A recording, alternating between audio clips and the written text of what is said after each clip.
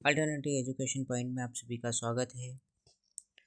और आज हम मिड टर्म का और क्लास 7 का और सब्जेक्ट मैथ का क्वेश्चन पेपर डिस्कस करेंगे। ड्यूरेशन की बात करें तो 30 मिनट्स की टाइमिंग होती है, जो आप देख सकते हैं। और मार्क्स, जो इसकी मार्क्स की बात करें 60 मार्क्स होते हैं। और जो मैथ्स का पेपर है और यहाँ पे सामान्य निर्देश दिए हुए हैं, वो आप पढ़ सकते हैं और उसी के अनुसार ही आपको क्या करना, पेपर अटैम्प्ट करना होता है। जो सामान्य निर्देश दे रखे थे उसी के अनुसार ही आपको पेपर करना होता है।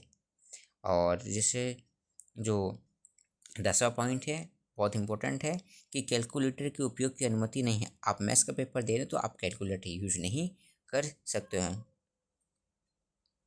और मैथ्स का पेपर सॉल्व करते सभी बच्चे, सभी स्टूडेंट क्या करें, इस चीज़ का विशेष ध्यान दें कि कृपया प्रश्न का उत्तर लिखने से पहले प्रश्न का क्रमांक अवश्य लिखें। जो क्या आता है, जो क्रम होता है वो जरूर लिखें। क्वेश्चन लिखना जरूरी होता है, क्रमांक जो होता है उसका जरूर लिखें। और खंड वैसी जैसे खंड रहते हैं, क्या है, जैसे बहुविकल्पीय प्रश्न है 1 से लेके जो 12 प्रश्न हैं, जो 1 मार्क्स के हैं, उसी अनुसार आपको करने हैं। जैसे पहला प्रश्न है, दूसरा प्रश्न है, तो एमसीक्यू पे बेस पे आता है, तो आप में एमसीक्यू से आप सॉल्व करना है। ये जैसे मैथ्स का पेपर है, ये प्रैक्टिस पेपर है, मैं आपको यहाँ पे सॉल्व नहीं करवा रहा हूँ, आपको इसको खुद से सॉल्व करें।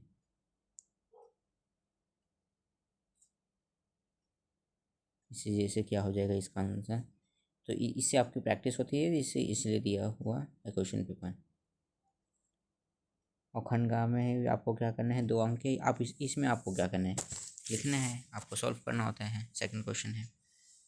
और third question is very important, मतलब इंपॉर्टेंट है, इंपॉर्टेंट तो है ही, और इजी भी क्वेश्चन है। मतलब इसमें एक्स की वैल्यू करना है, बहुत ही सिंपल क्वेश्चन है, आपको कुछ नहीं करना है, बहुत ही ईजी क्वेश्चन है। जैसे आप आपने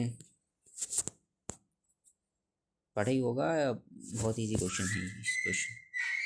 फोर्थ क्वेश्चन भी इजी है, आपको उसमें देखना है। इसमें से आप फोर्थ वाले में से ऑप्शन में से या तो ये वाला करना है या तो ये वाला अथवा वाला कर सकते हैं। अगर आप अथवा वाला कर रहे हैं तो अथवा डाल के जरूर लिखें।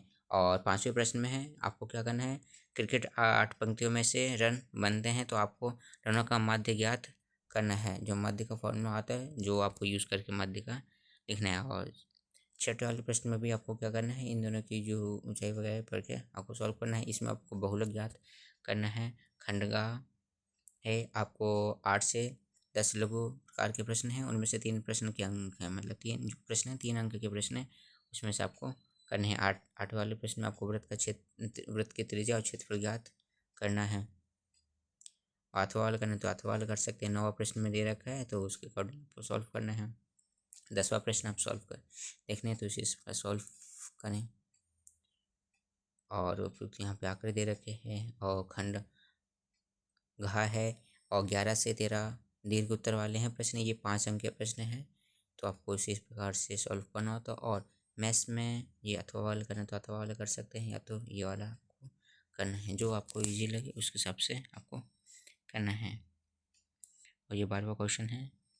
और मैथ्स के पेपर में क्या होता है, ये विशेष ध्यान रखें, टाइम मैनेज नहीं कर पाते हैं, तो टाइम सोचते हैं कि टाइम नहीं है, तो उसकी वजह से बहुत से बच्चों का पेपर भी छूट जाता है। तो समय से पेपर का कर लें।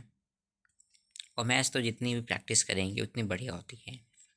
कहा जाता है कि प्रैक्टिस है मैन परफेक्ट, जितनी प्रैक्टिस करेगा मैथ्स उतनी ही आसान हो जाती। तो अब प्रैक्टिस ही करें मैथ्स का, और कोई सोल्यूशन नहीं होता कि मैथ्स एकमात्र रास्ता है या जरिया बोलें तो क्या है, प्रैक्टिस। आप प्रैक्टिस के ही मैथ्स को ईजी कर सकते हैं, और पेपर आजकल इतना टफ नहीं आता है। और हाँ, आप टाइम के साथ पढ़ते रहें और सॉल्व करते रहें चीज़ों को, तो अच्छा है।